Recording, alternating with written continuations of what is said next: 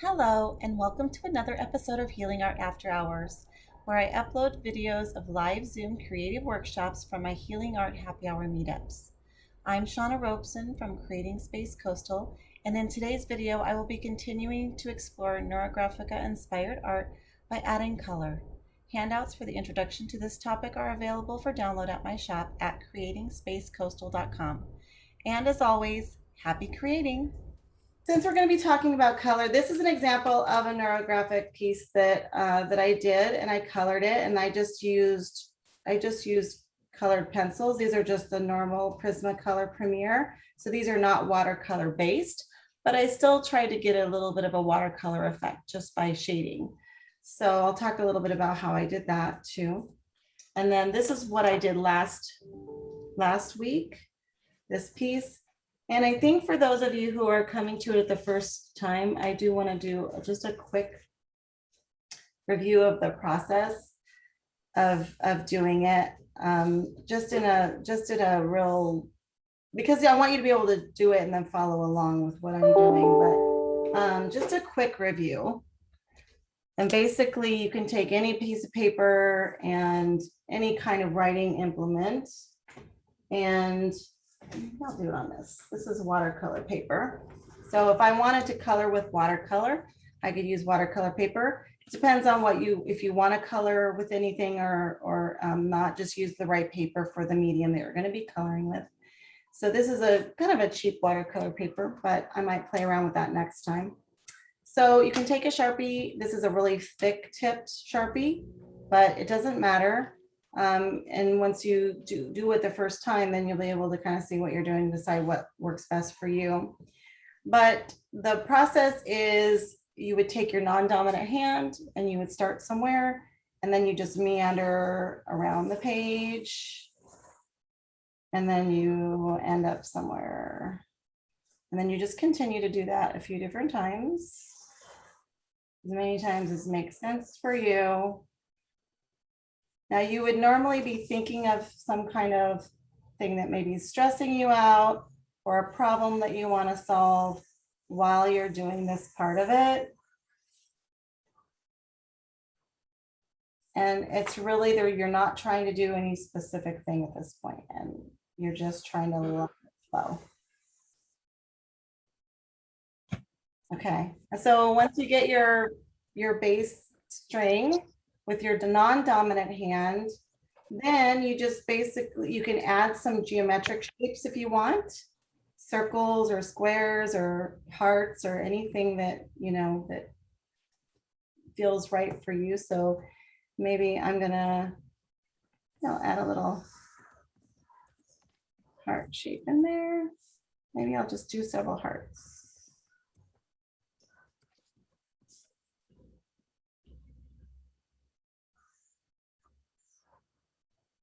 Okay, and then after you do whatever geometric patterns you want to add to it, the next step is to find all of the intersections between all of these lines. And then you just smooth out, you curve them out. And these are symbols for places that we're stuck in our lives. And so as we meditate about this thing that's stressing us out or the problem that we're trying to solve, we're basically symbolizing smoothing out those problems or resolving those problems. So we just go in and just fill those in at each of those intersections. You just smooth them on out.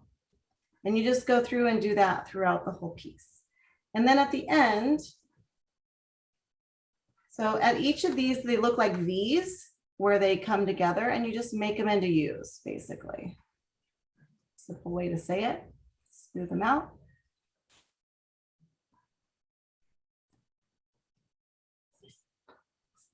And you do that throughout the whole piece, and then you get something like that. So you can see where all of these connections are is kind of this smoothed out hub where the lines connect. And then after that, you can add some embellishments, maybe some different shapes inside. Maybe you want to play around with, the heart a little bit.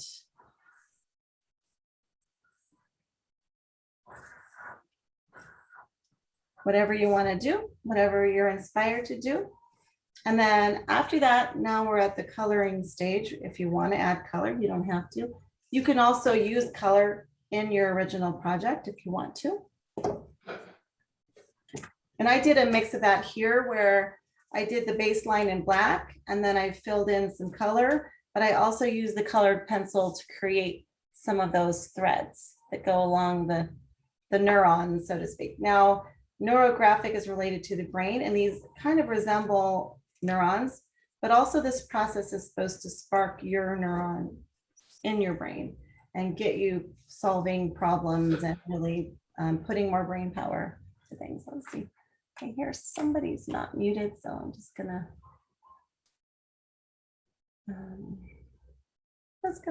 mute you, Agra. Okay. So this is basically from that process, what I did last time. And now I'm just going to show a few ways you can incorporate some color. I like a watercolor look for this because it kind of reminds me of stained glass a little bit. Sorry, I still hear somebody. Some background noise. I don't know where.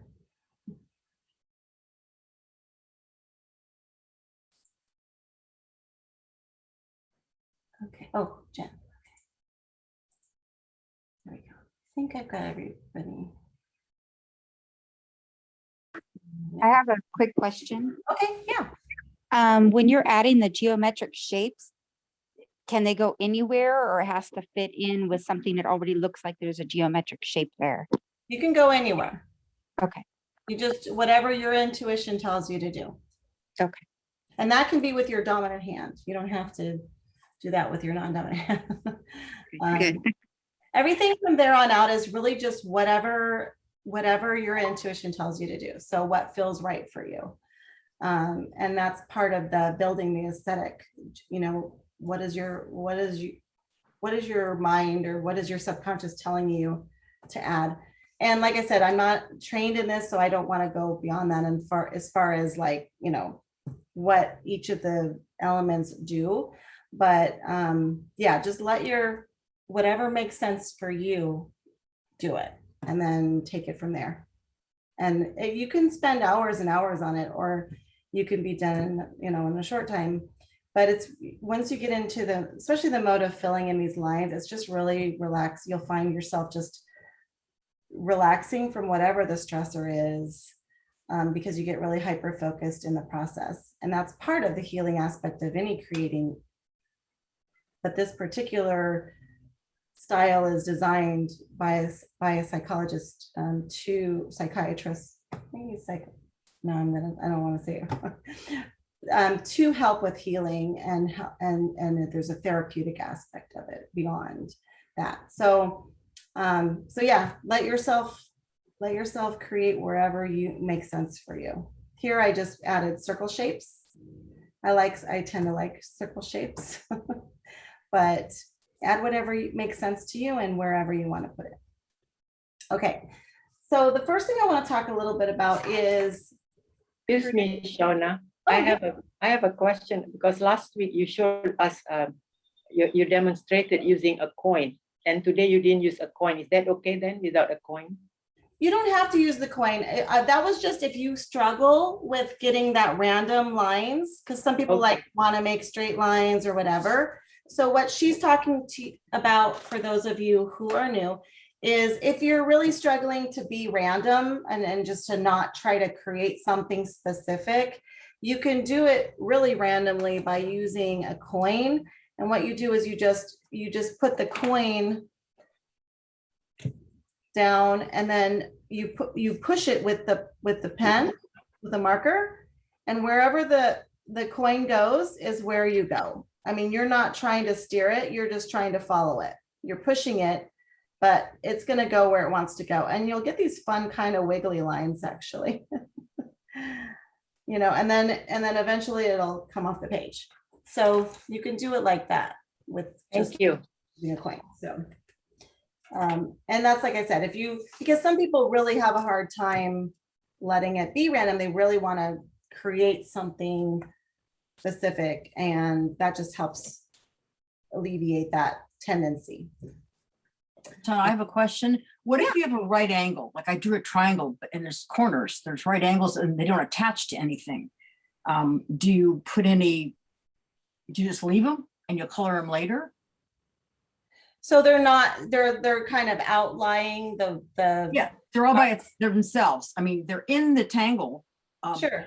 But the corners are somewhere in the middle of something, so they're floating. Well, you know what? If that's how you like it, if you're satisfied with that, you could leave it like that. If you feel like you want them anchored, you can always add more lines around them, like intertwine a lot, to kind of anchor them into it more.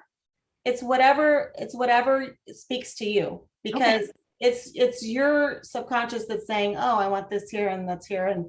And so let it be what it happens and what you like. If you say, you know what, that looks naked over there, or that looks like it's alone, or, something, if it doesn't feel right to you, which is maybe what draw your attention to it, then you might go, oh, I really feel like I want to, maybe add some lines to connect it to my project better. So do it.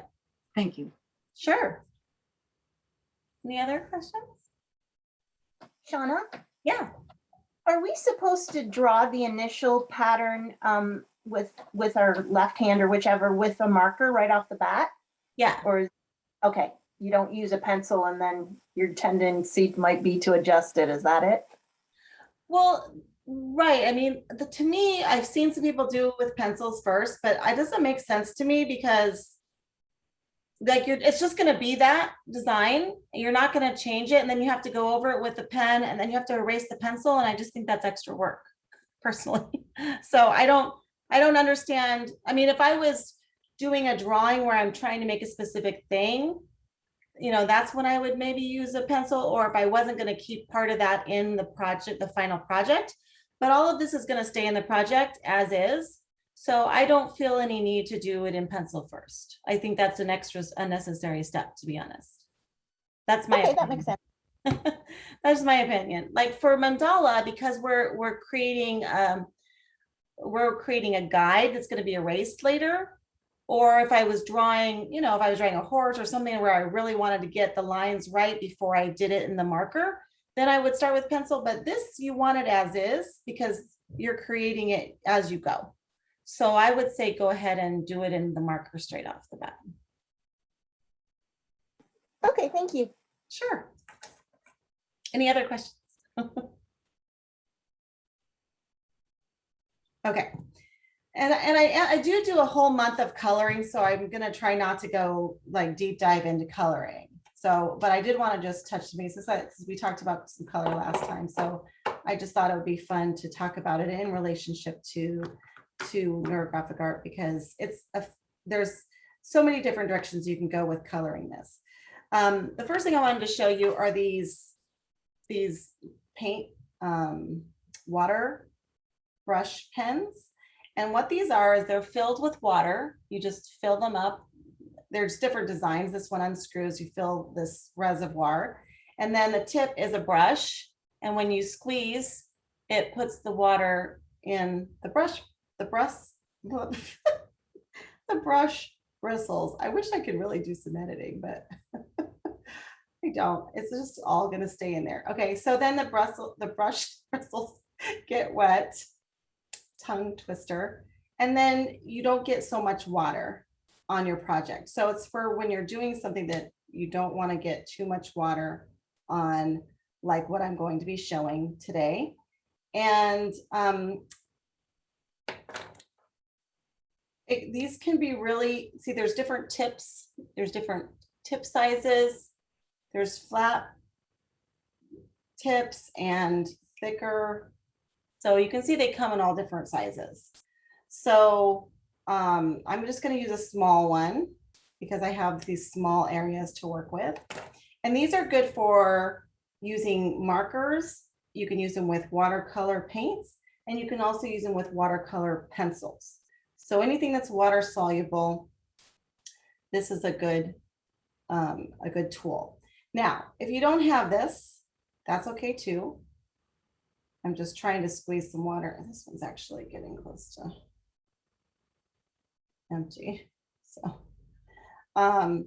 that's okay too. If you don't have this, you can always just use a small watercolor brush. Just use a small one though, because you don't want to put a lot of water if the page isn't watercolor paper, because this is just plain cardstock. Now it's a fairly thick cardstock. It's 80 pound, but you know, it's not real thick, and water can damage the paper. So you have to be really stingy with the water. You don't want to put a ton on. So if you're using a paintbrush, just get a little bit on the paint, just enough to really wet it for this type of process. Okay. Now I'm going to start with some really cheap markers. And when I'm doing any coloring, if I don't have an idea of my colors in mind, sometimes I'll go to the color wheel, and I've brought this up many times, and I bring it up anytime I talk about color, because I think this color wheel is really helpful. It has some harmonious color combinations to choose from. So it'll show you if you want, let's say you want this color in your project, you can aim one of these points to that color and then see what other colors would be harmonious with it. So let's say I really want this blue-green in my project, and I really want purple in my project. Can I get that? There's a little triad here of this red, violet, this blue, green, and this yellow. So that's saying that these are harmonious colors, that they will look good together. And with watercolor and this type of thing, it's transparent. So you're going to get layers. So you get the colors overlaying each other. And so it's important to, know what it's going to look like when they go together. And you can actually see when you add primary colors, what it looks like if you add that primary color to a particular different color. So for example, this one is the red. So this is saying this is the color I would get if I added red to this color. So this plus this equals this. And that's one of the things I like about this color wheel. So this is a pocket color wheel. And so it helps guide you. So I like the idea of doing this, maybe this red, violet, what was it? I think Where did you get that? Color wheel? They have them, I've seen them at several different places at craft stores. I've seen them at, I think, Michael's and Joann's, but you can get them online on Amazon. Any art store is likely to have them, but they're not that expensive.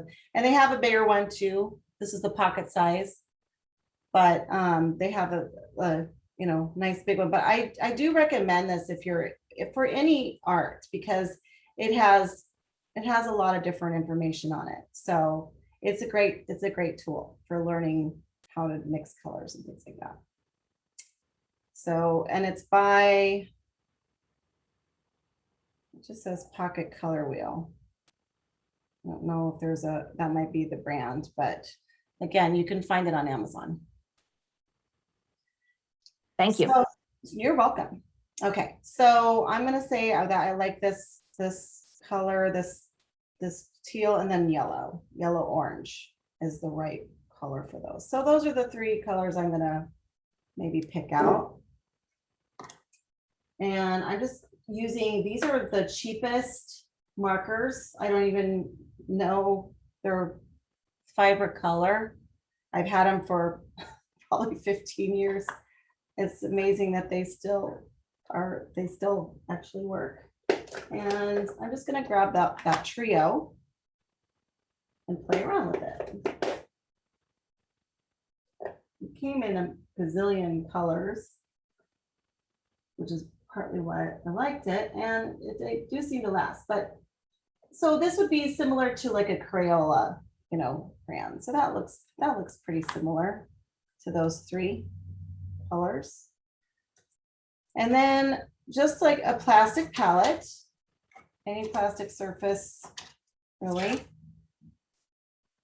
and I can just essentially put the marker down, just draw a little bit of the color.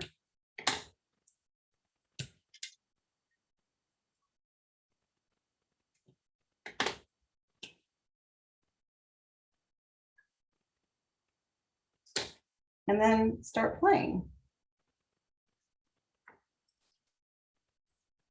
Sure it's wet, and so I just dip into that.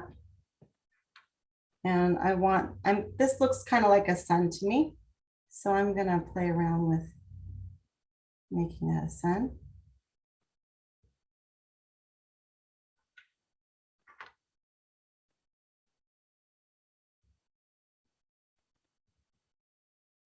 And I could just color straight with the markers, but I just want it to be a little bit softer than that. I don't want it to be a solid yellow in there. I want it to kind of have that watercolor look.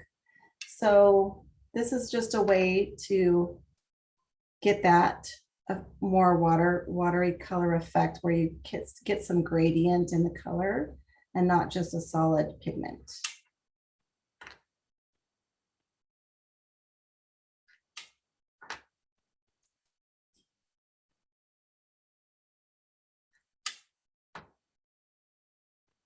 And I'm putting most of the darkest part of the pigment. I'm going to bring you down a little bit closer here. The darkest part of the pigment towards the outer thing.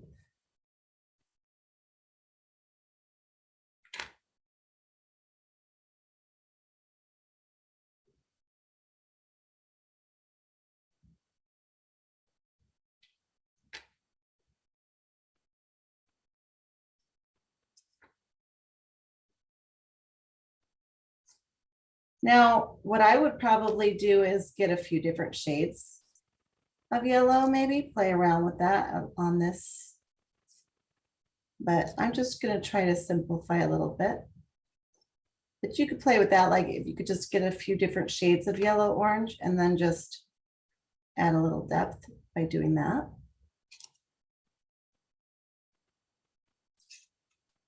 And it just gives a little more character, I think, than just coloring straight with the marker. Now, I'm going to use just a cloth to make sure I'm getting that yellow off if I care about it being on there. Squeeze, get a little more water. And now I'm going to bring in some other colors and see what happens with those. So I'll start with the green. And maybe I want this shape to be green. So I can play around with what does that look like when I bring it into the yellow.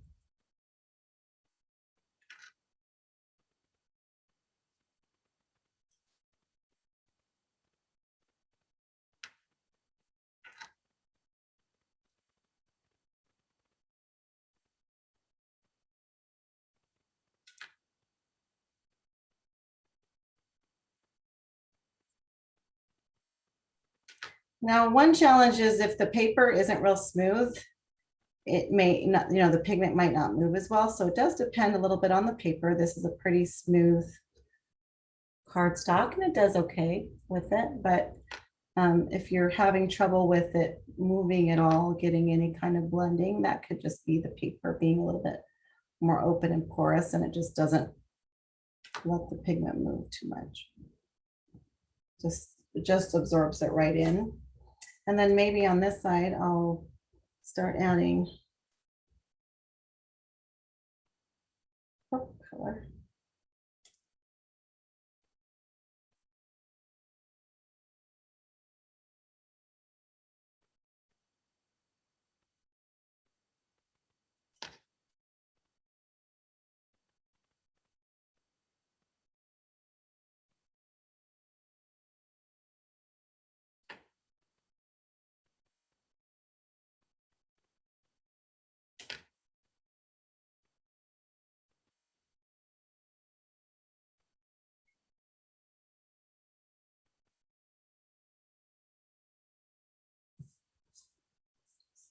Okay, so now I'm going to do the same kind of thing, but I'm going to show you with a different medium. So now I'm going to show you with some watercolor pencils.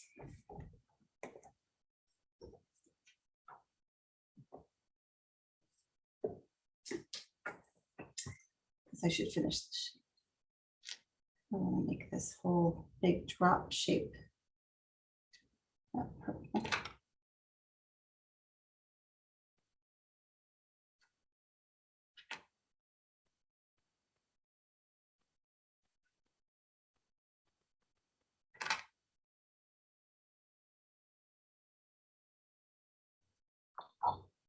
Hi, this is Pam. So do you want us to go ahead and start doing our own while you're doing that, or keep Oh, watching? absolutely. You can certainly, I mean, if you want to follow along, or if you have your own project that you're working on, or you just want to watch, it's really whatever makes sense for you. I'm just showing technique. Obviously, if you did your own pattern, it's going to look a little different. So I don't expect people to follow along exactly, but just, yeah, do whatever makes sense for you. You can. Okay, thank you. Flexible here. You're welcome. Hi, Hi. hi, it's Nanette. I've got a question. On your water brushes, what are they called? I'm looking them up and I can't find the exact name. Oh, well, there's different, let's see, this one actually says water brush T prime. I see one really big, but I mean, I don't see them as small as you have. Well, a lot of times they come in a little kit of several different sizes. Sizes? Okay, let me Yeah. look. They're called aqua brushes, or the water aqua brush, like Aqua Shauna brush? said. Okay, let me And try I've put a that. link in the chat to some aqua Oh, brushes. thank Thank you. Because Yeah. yeah, I was looking and I was like, it was coming up with, then it got weird stuff. So Yeah, usually the Happy dollar stores have not them in any little packs weirder. of 3. The Okay. dollar store ones are called water brush pens. Oh, See, they that's have them at the the problem dollar is store. there's I don't different even go out. I don't even leave my house. So yeah, okay. water brush Okay. pens, aqua brushes. Aqua brushes. Okay, thank you. Just There's a lot on Amazon, all different kind of art supply companies. There's so many to pick from. I have way more than I should have, but they come in handy because you can use them for so much. They do. Thank you. Appreciate it. They do, definitely. So thank you, everybody, for chiming in. That's the problem is, like, these ones were really cheap, so they don't even have any names on them. They might have been from the dollar store. And they do come in several different, they call them different things, so that makes it more confusing, but they are very, very handy. I don't have an expensive brand. I just got some cheap ones from China years ago, just a pack of 3. And I find them actually really good quality. I don't think you need to get a designer brand. No, They're pretty good, these ones. Hey. I agree. Absolutely.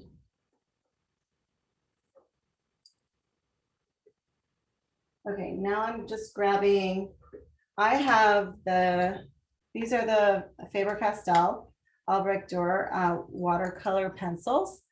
And what watercolor pencils are basically, they're just water soluble.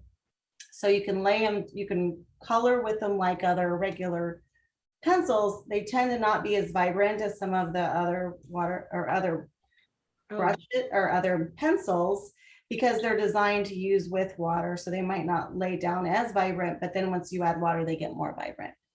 And there's a variety and a range of the different watercolor brands and pencils, but that's what I'm going to be using next. Same color patterns. And I'm just going to do another area. So, and what I usually do is I lay it down where I want the most pigment. I don't color the whole area. I just lay it down, like I said, where I want it to be most concentrated. And then I use the water to kind of move it a little bit. This is Pam. I just put in refillable water brushes and I got exactly your set. Came up on Amazon. Oh, perfect. Yeah. Refillable water brushes. Okay. Thank you. I know I have to make notes, I don't think when I get these things, I don't think about having to tell people about them. So I need to, keep my packaging or take pictures and things like that and do better job of that. That's a good point. So I just laid down a little bit of the watercolor pencil, and you'll see the difference when I start. I don't know if you'll see it from there, but it really starts to get more vibrant once I add the water. See the difference there? And I can just move the pigment with the brush. Now you can wet the pencil if you want really concentrated. You can kind of dip it in, or even if the page is a little wet, you can color it on there. But this is how I typically do it. And then I'm gonna say this guy. I want to see this guy's purple.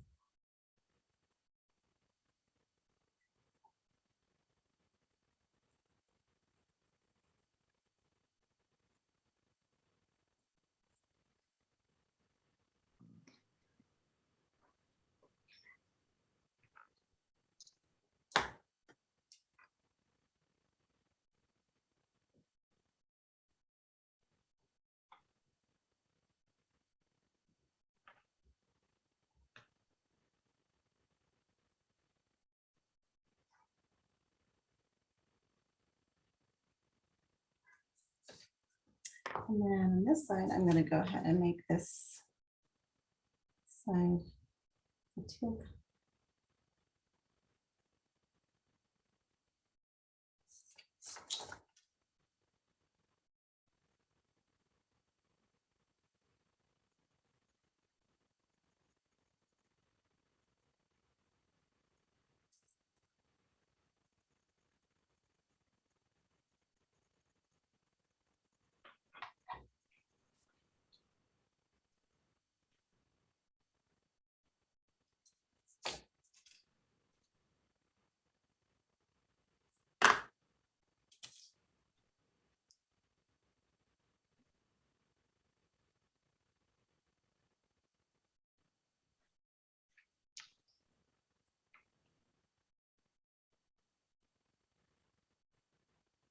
And of course, there's a million different ways I could go about coloring any of these. I like the watercolor effect. You can even just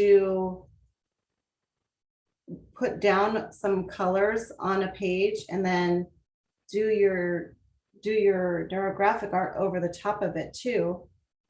Like some of you guys did that, where you had an art project that didn't quite work out with watercolor and you said, oh, I don't know, but then you added the string over the top of it, and that looked really nice too. And you don't have to overlap the colors, but I just like playing with that overlap a little bit to see how those colors played.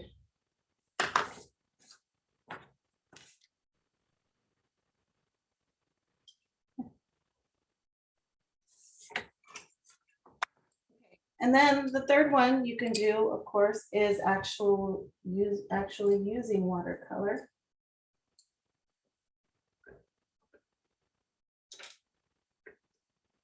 But a little goes a long way. So this is just dried up watercolors that were on this palette. And I'm gonna have to add more to get the colors that I'm looking for. Oh, there's one.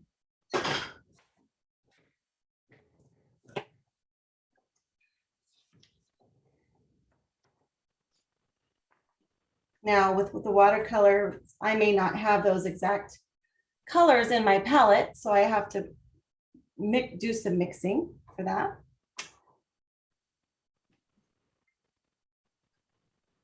So I'm going to take a little bit of this color, this violet color, and I'm going to add a little bit of red to it. Oh, that's pretty good. And then I want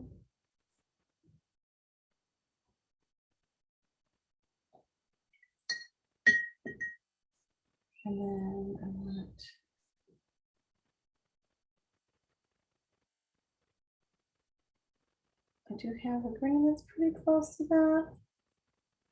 Right there. And then I have to put me down. And then some more maple. Oops, that's a little bit too much. That arrow wasn't as dry as I thought it was. So it really picked up.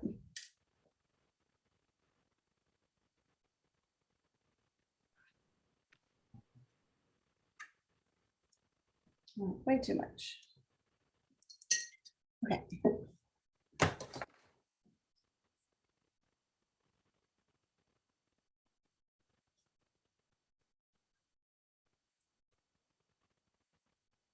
So same concept.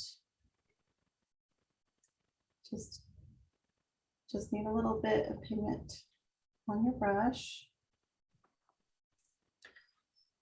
And let's go with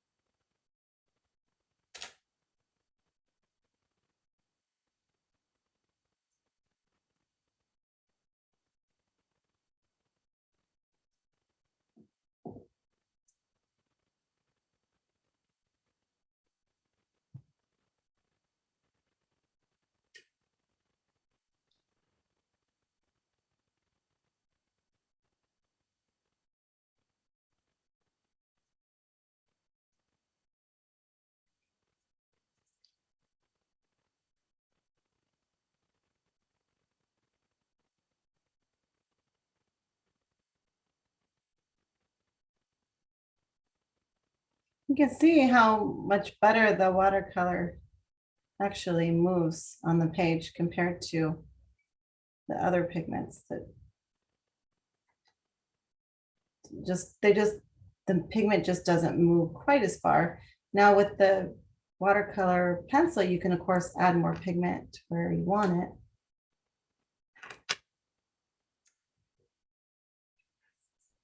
So you're squeezing the tube as you're brushing?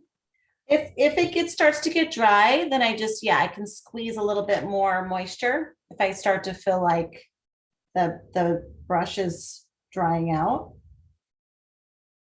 you can just squeeze it. And then when you're trying to get the color off, you can squeeze it and then wipe it on your, squeeze a little bit and then wipe it off. And the bristles do get stained, but you can always have a little scrap piece of paper.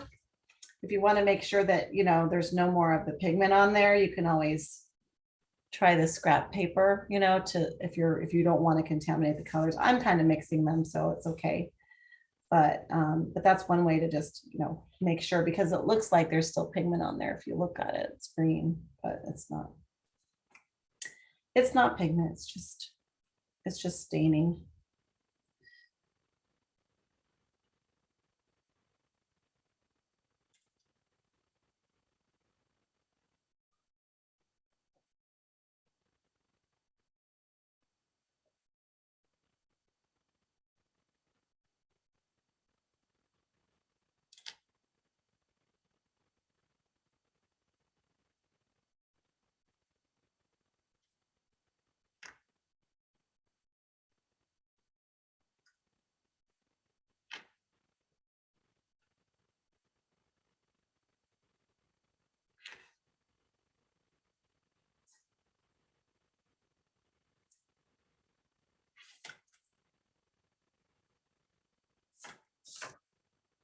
What are you doing? You know what? Okay, so I would just keep going with this. I'll continue playing with this, but I just wanted to give you a little bit of just to see some different options of getting a watercolor effect and what those look like with different mediums.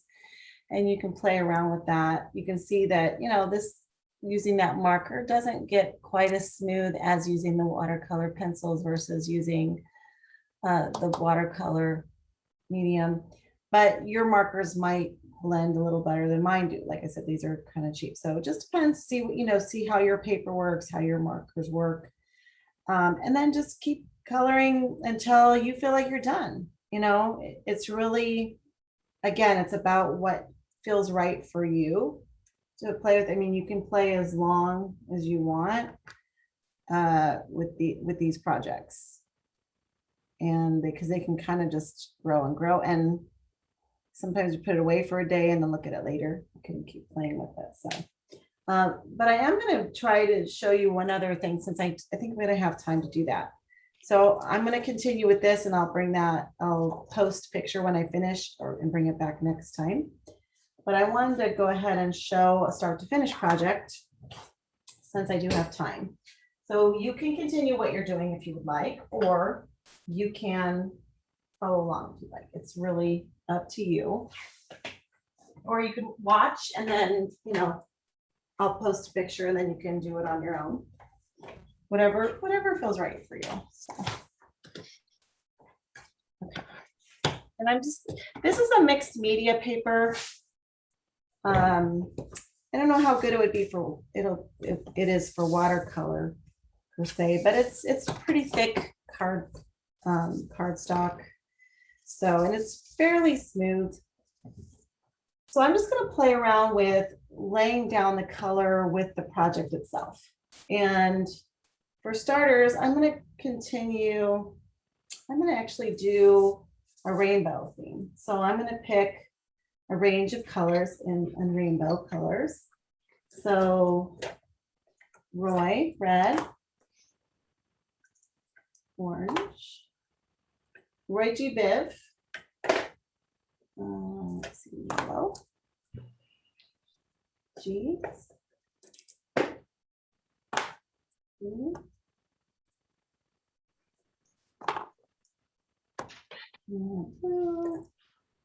and let's see, violet. Okay, so I'm just going to play around with this rainbow colors. And I'm going to start with creating a spiral. And I'm going to put it in the order with my rainbow colors. Back this up a little bit so I can.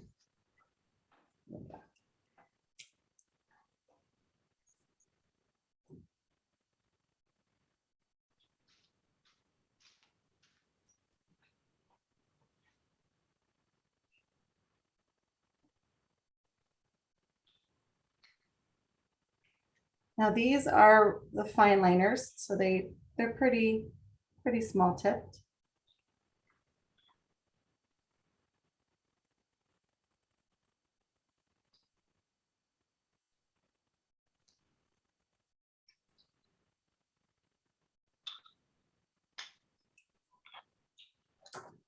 And now I'm just going to go over the same line and just kind of wiggle around it. So I'm just going to try to follow that, but not exactly. So I just wanted to kind of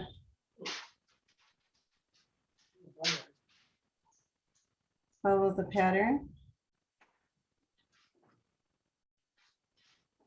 Dance around it.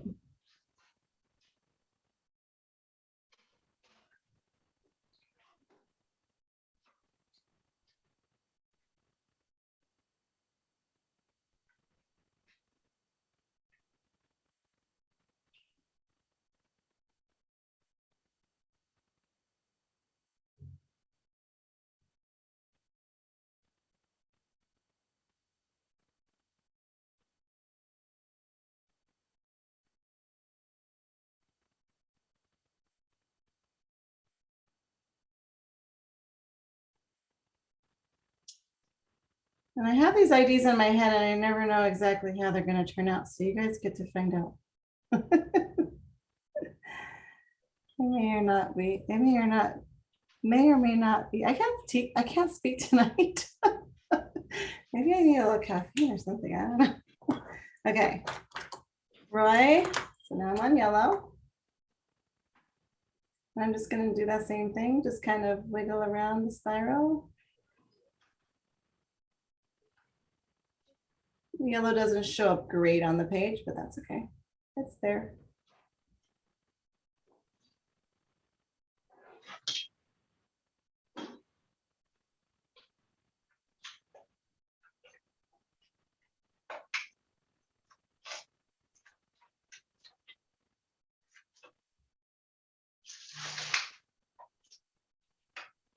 Can you just check and see if you're muted? I hear a little background noise.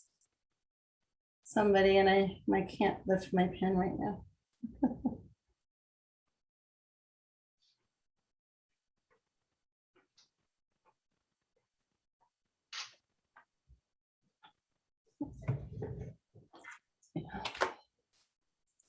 There you go.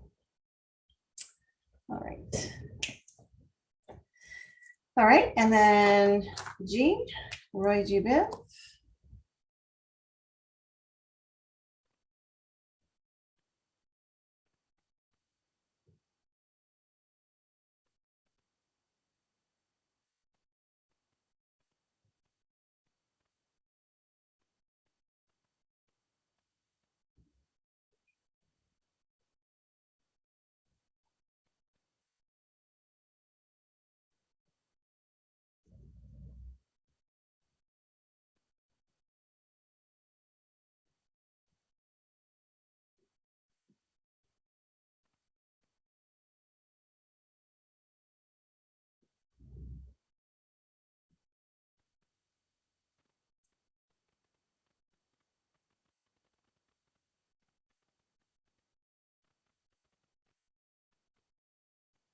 Keep going off road right there.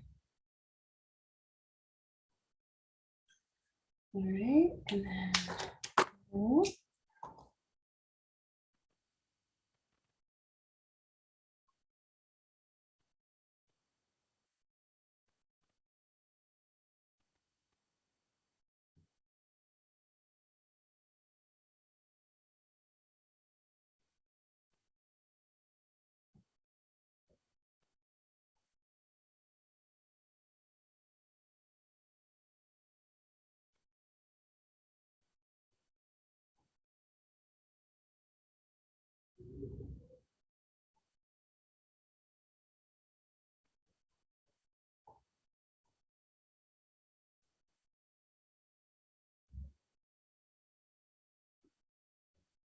And finally, Violet.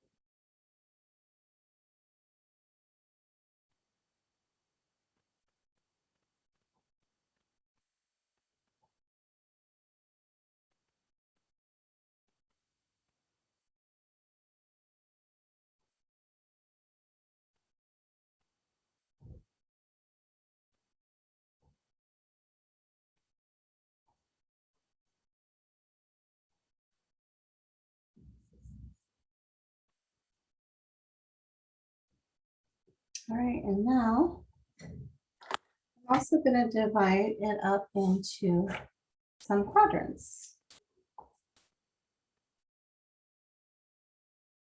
with all my colors.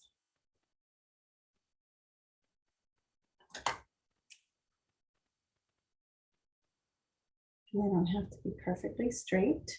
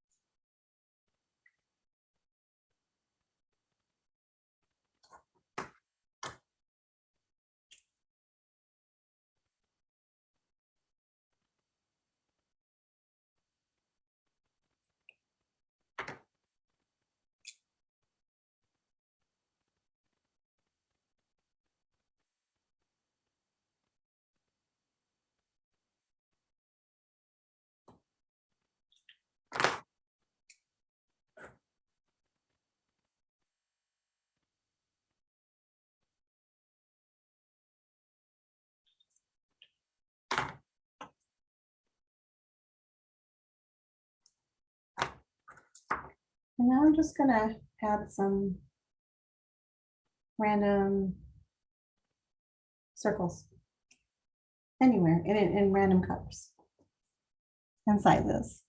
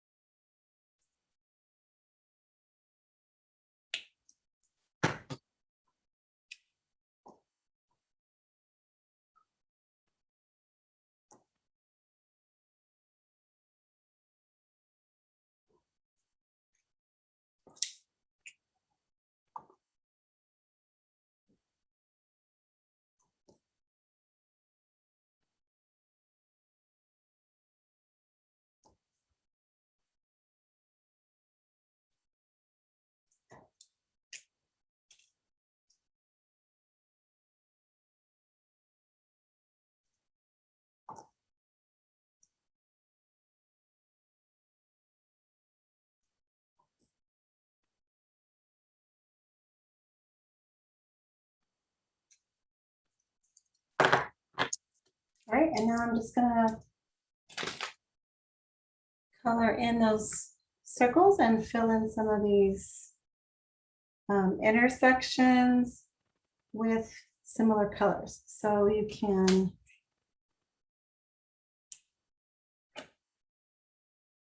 just pick one of the colors that's on the intersection to fill it in.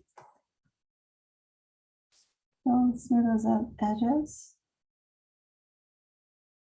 And obviously you're not going to get every intersection with this guy, but just wherever you think you want to connect them.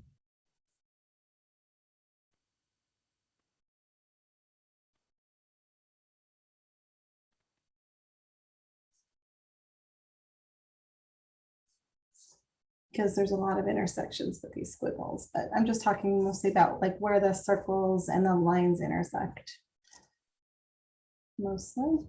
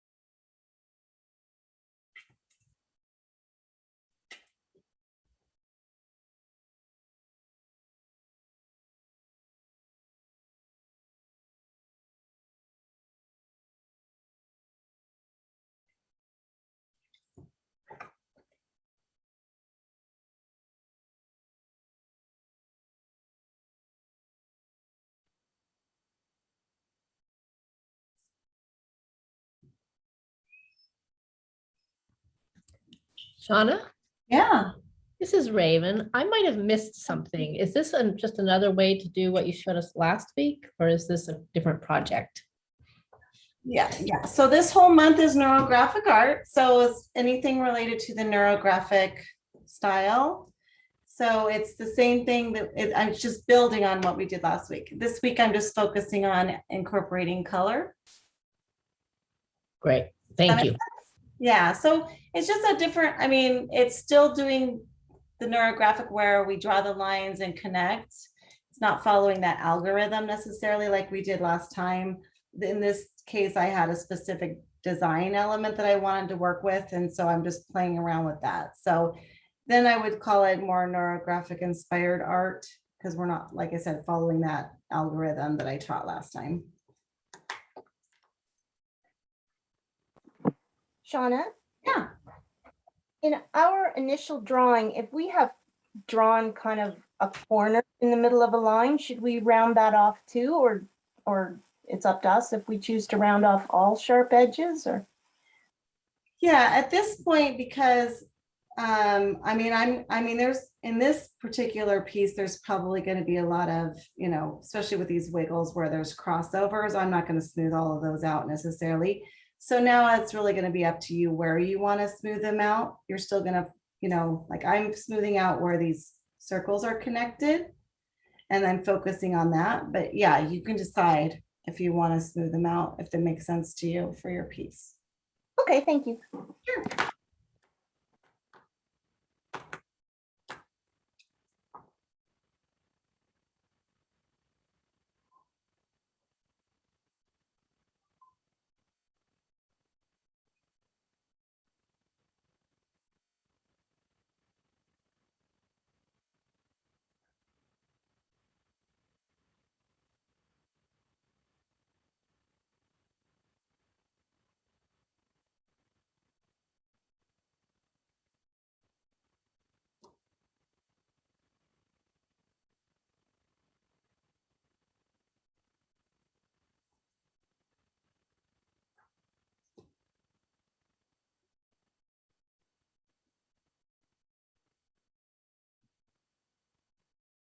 And you could see, I mean, it's gonna take a while to smooth out all those lines, you know, to get all those lines. So that's the part that's really kind of, you know, meditative about this, is when you're doing that, smoothing those lines out. So just in this case, I'm just picking where it makes sense for me, where I want to smooth them out. I'm not going to try to smooth them out in those spirals, but I like smoothing them out where the circles and the lines intersect and cross.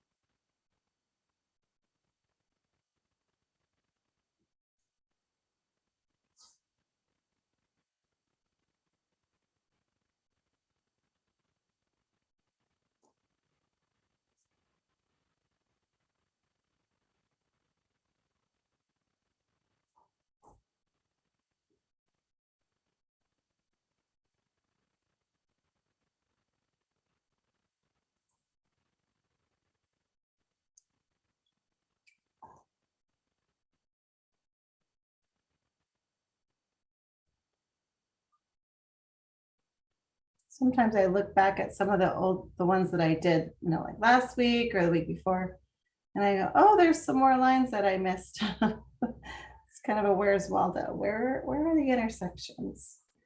And some are easier to see than others.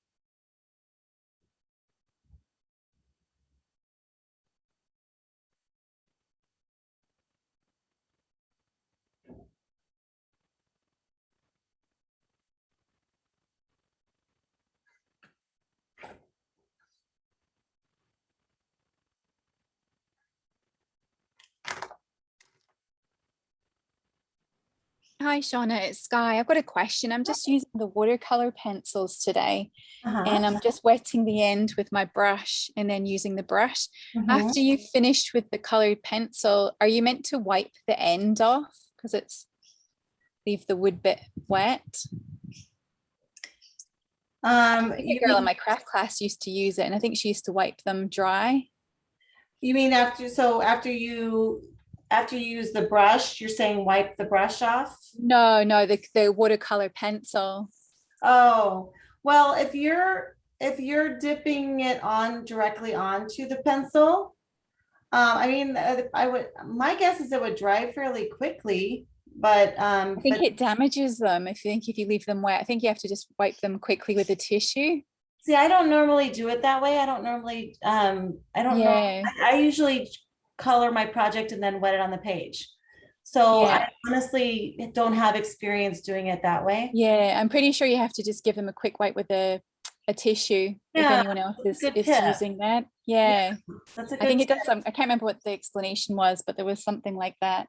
I'm just experimenting, but yeah, I quite like using that. Sure, kind of like dipping it, just like, just basically running. I'll show you guys what she's talking about. Just Because my pencil, my watercolor pencil was wet, and then I went to color with it again, and it left a lot of heavy blob of color. yeah. Yeah, I think it can ruin it, Judy. I think like if you just just dab it in a tissue after, Okay. it will dry it very quickly, but I think Yeah, I guess my assumption would have been that it would have dried on its own, but yeah, if it depends on where how it's stored, I guess. And if you're using it right away, I mean, I'm still, Yeah. you're using it real quickly, so it Right. probably would dry on its own, but So yeah, yeah, it will dry, but I think you have to just give it a quick sort of like tissue rub. yeah, Okay. just like tapping on your Yeah, towel, just to Yeah. make cleaning sure. off your brush. Yeah, exactly. just when you're finished. right. That makes sense. Good tip. Yeah. I just did that technique here, and it put a lot of color. You can see it put a lot of color on there.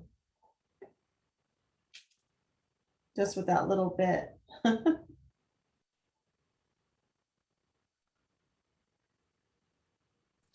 Hi, Shauna, this is Marjorie.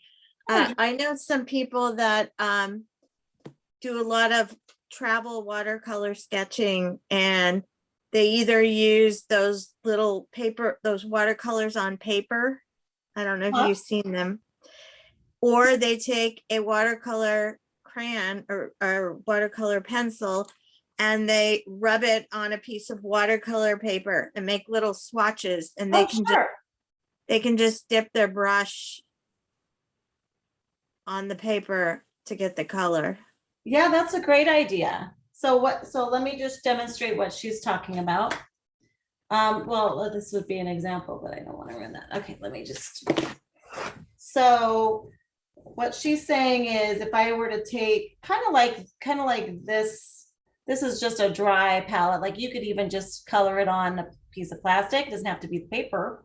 But if you want to do it on the paper, you just essentially put the pigment straight on the paper, make a swatch, and pretty concentrated swatch of it.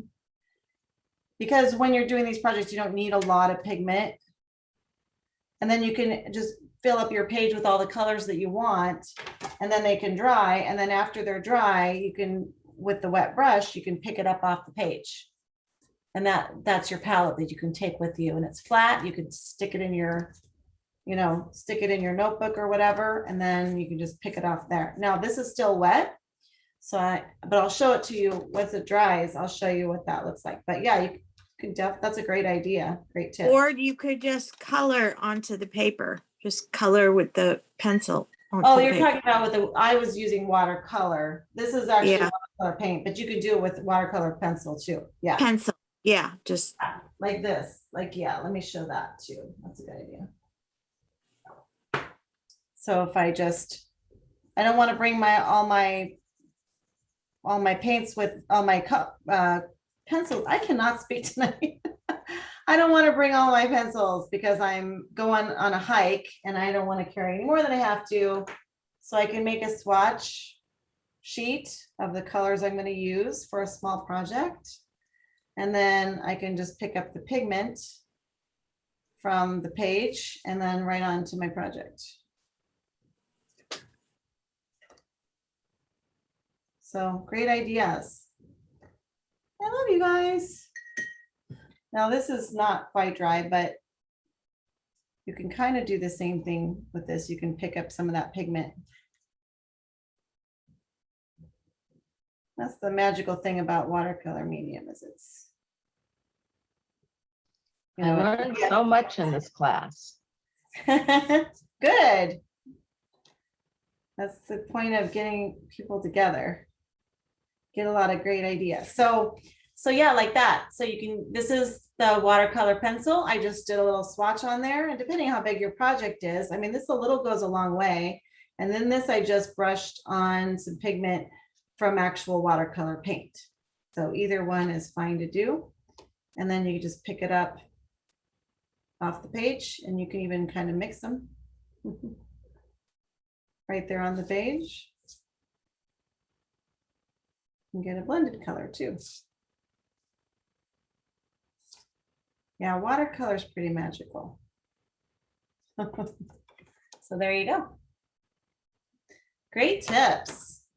Now, one thing I was showing here, you know, I added that little bit of the watercolor pencil, but you'll notice when I started, you know, working on this, it picked up some of the marker and it started loosening that up on the page. And I like that look.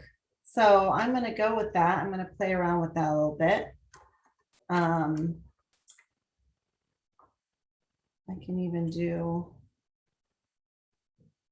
using the colors that I have.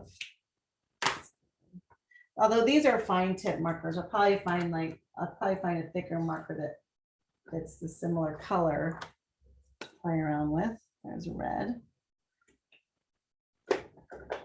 And then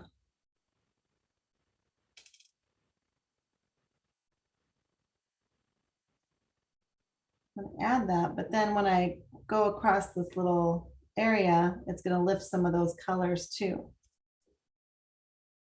and make some fun variants in the color. Just gives a little bit more excitement rather than just, you know, filling it in with a marker. I don't know if you guys can see that, but see, there's just a little bit of bleeding of those colors, and I just like that effect. I think it just adds to the look of it. So this one, kind of a lime green.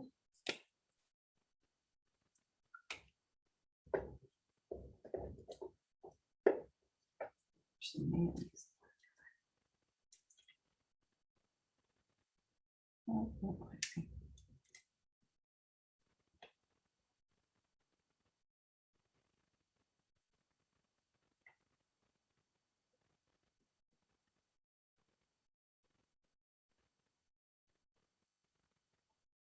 I like when those look a little.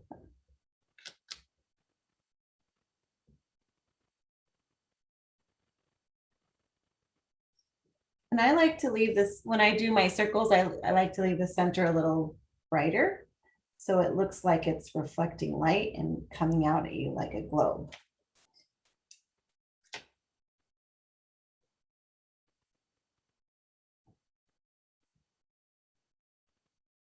Well, I might even play with these little nodes. See, I can lift some of that marker. Depending on the marker you use, some play a little nicer with this technique than others, but if they're willing to play along, I'm willing to play.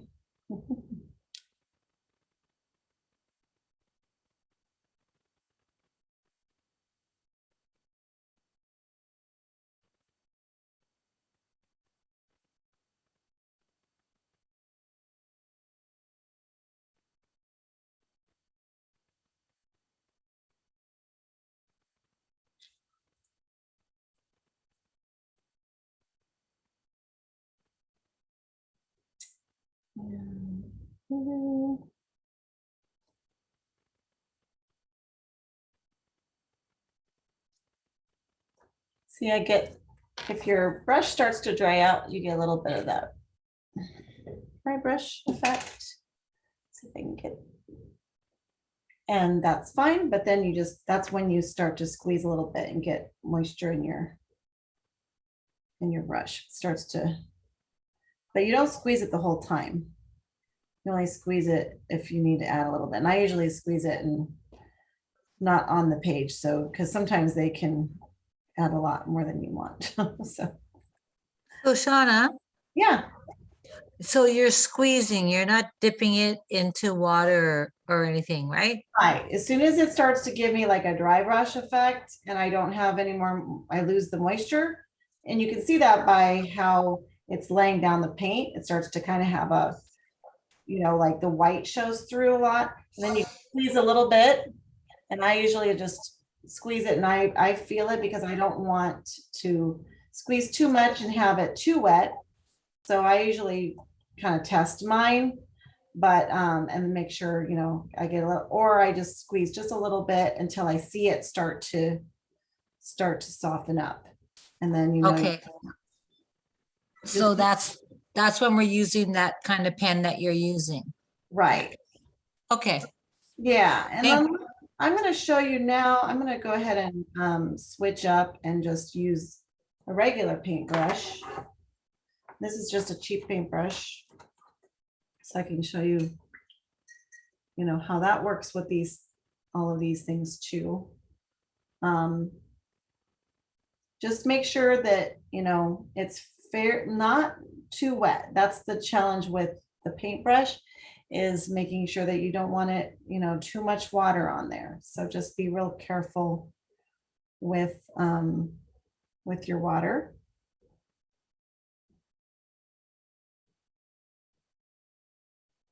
And like I said, this is just a really, really cheap, small paintbrush, but you can basically get the same kind of effects too with that one.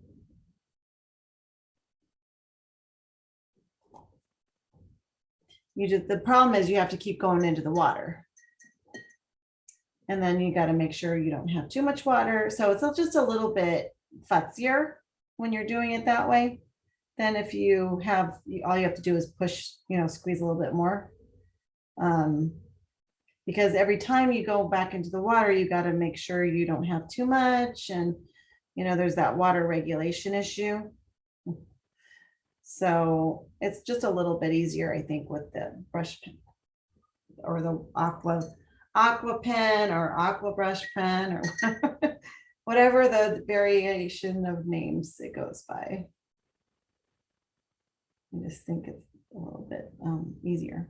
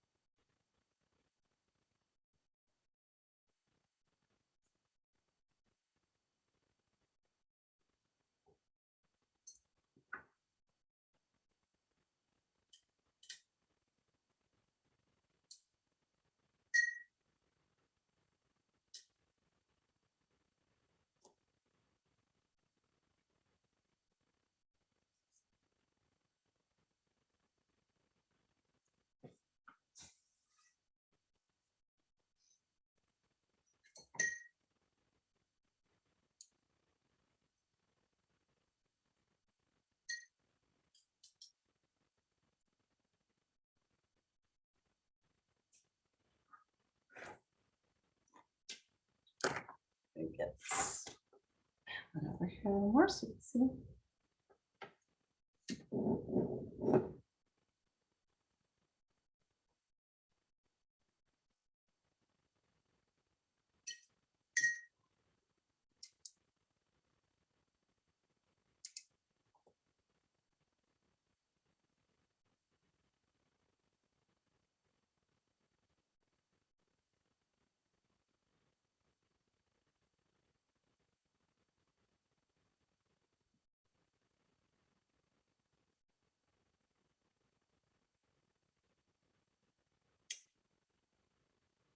I can't find all my, oh, there we go, my yellow.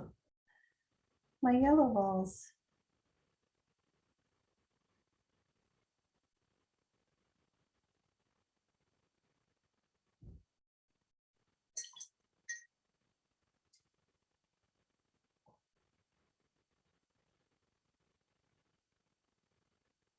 Oh, I think that was actually yellow, not orange. So just make it more yellow.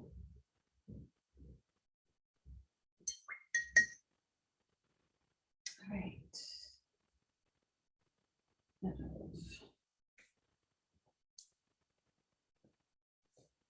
Orange.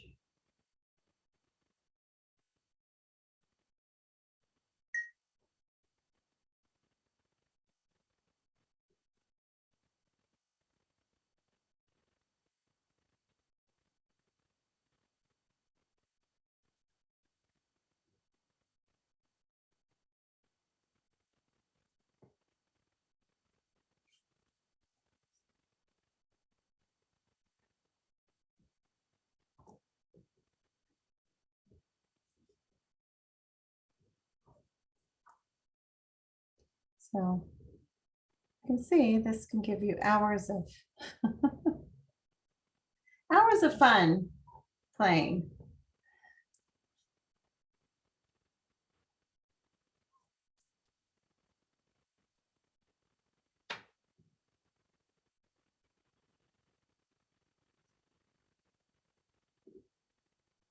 Just let it take you wherever you like you want to go.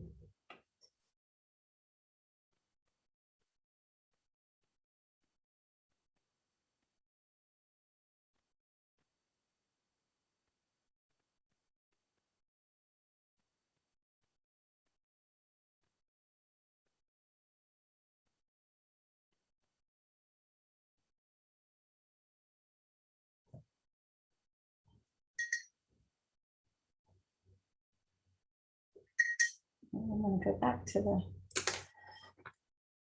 brushes because, or the aqua brushes, the aqua brush, because like I said, it's a little easier.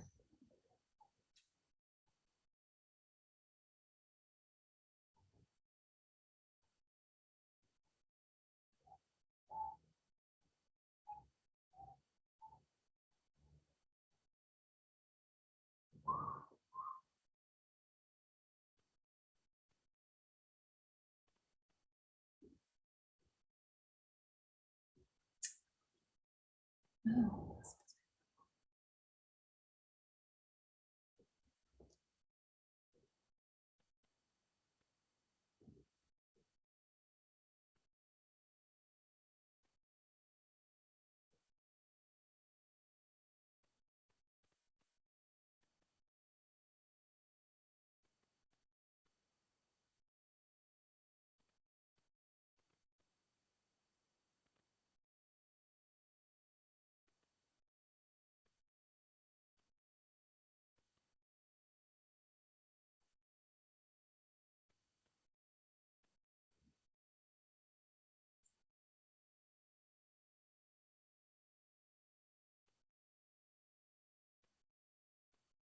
Okay, oh, there's orange one. Okay.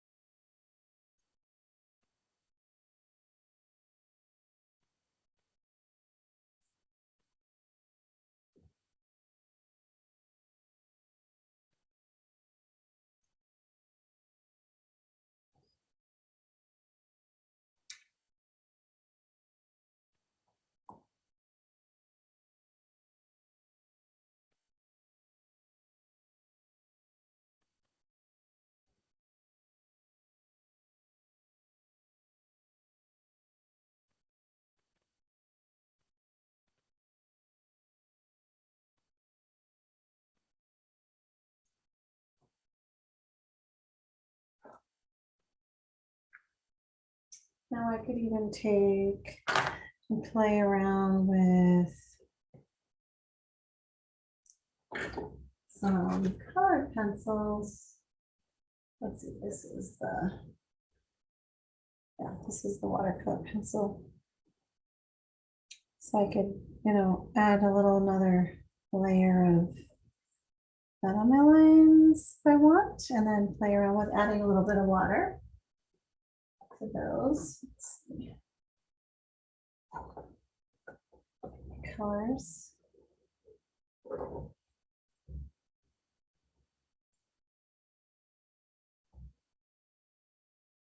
I mean, there's just so many directions we could go. Play another box.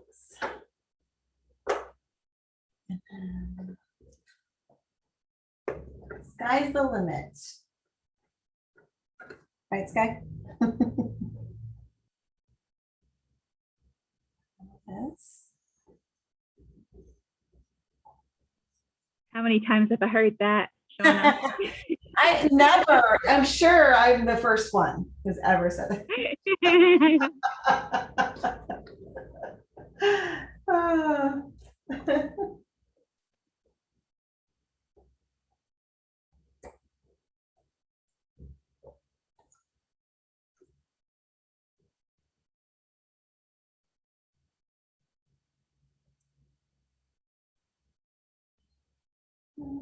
Orange.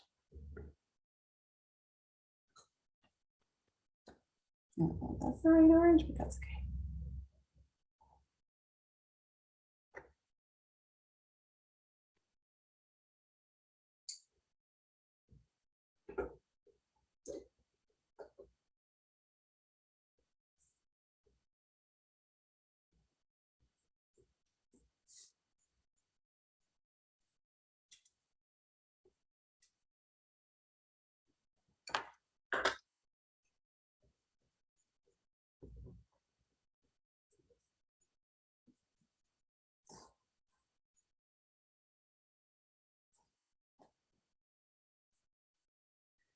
So you play until you're done. I mean, so you feel like it's, so your intuition says you're done. And then you step back and be amazed. All right, let's see where, oh, we're already at 8:42. Sorry, you guys, shut me up. I talked too long. I tried to set 8:30 to do show and tell. So I'm gonna stop there. I might play around with it a little bit more later, or I might just leave it as is. I don't know, haven't decided yet, but so this is just, I wanted to just show you playing around with color. You can incorporate color in the project. You can add color after the project. If you want to do that more, the algorithm, and then you can always, do the creative artistic side color after this. This is on watercolor paper, so I might play around with that a little bit. Oh, and I did want to talk about, this is just plain colored pencils. And I also tried to get a watercolor effect with those too, just by shading. But there's also blender pencils that can help to do blending with colored pencils. Different colored pencils blend with different ways, like wax is different than the oil base. So depending on what you have, but this you can kind of smooth out those pencil lines a little bit and get some good watercolor effect with even just normal colored pencils. So like I said, I'll be doing a whole month on coloring, so I'm not going to go too deep dive, but play around with coloring these however makes sense to you. And next week, we're going to do show and tell here in just a second, but I just wanted to do a preview of what we're going to talk about next week for those of you who are going to be joining stuff. Next week, I'm going to talk about incorporating words into the project. So going back to a little bit more, almost like a, visualization, thinking about whatever that problem is. So this is just some examples of that. This was my dog passed away, so I was processing the feelings and just a little memory board. This is just a goal I had for the year: intentional voice, being true in speech, a career brainstorm. So just ways that you can incorporate. This is my little love. And then I actually did one on, this was before I moved here to Mexico. So this was when I was still researching where I wanted to move. So you can play around with the technique, and I'll be talking a little bit about that. We'll be doing some exercises like that next week. Thank you so much for watching this episode of Healing Art After Hours.